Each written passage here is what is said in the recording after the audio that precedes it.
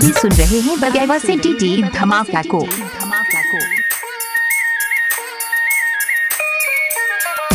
बाबू सोना खुद कहतो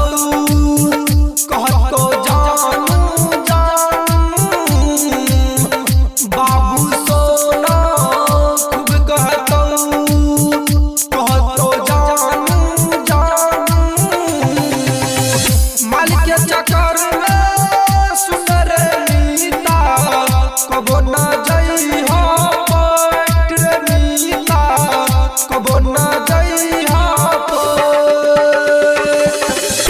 सुमित सतीश रईमा प्रेम से बोलो कहानी की जाए।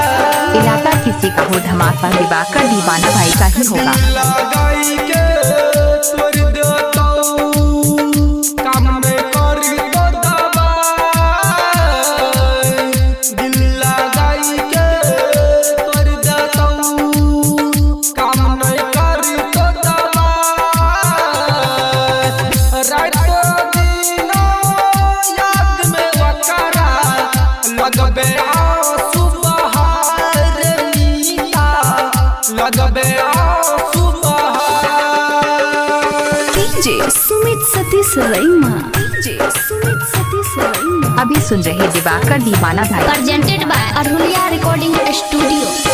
शिव शंकर तोरा सन जीव को मैंने ले मीता बात शिव शंकर तोरा सन जीव को मैंने ले मीता बात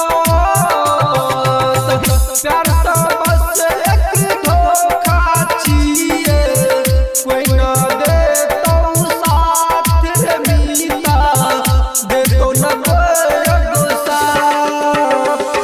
आप सुन रहे हैं दिवाकर दीवाना भाई, ग्राम बगीवा, जिला मधुबनी।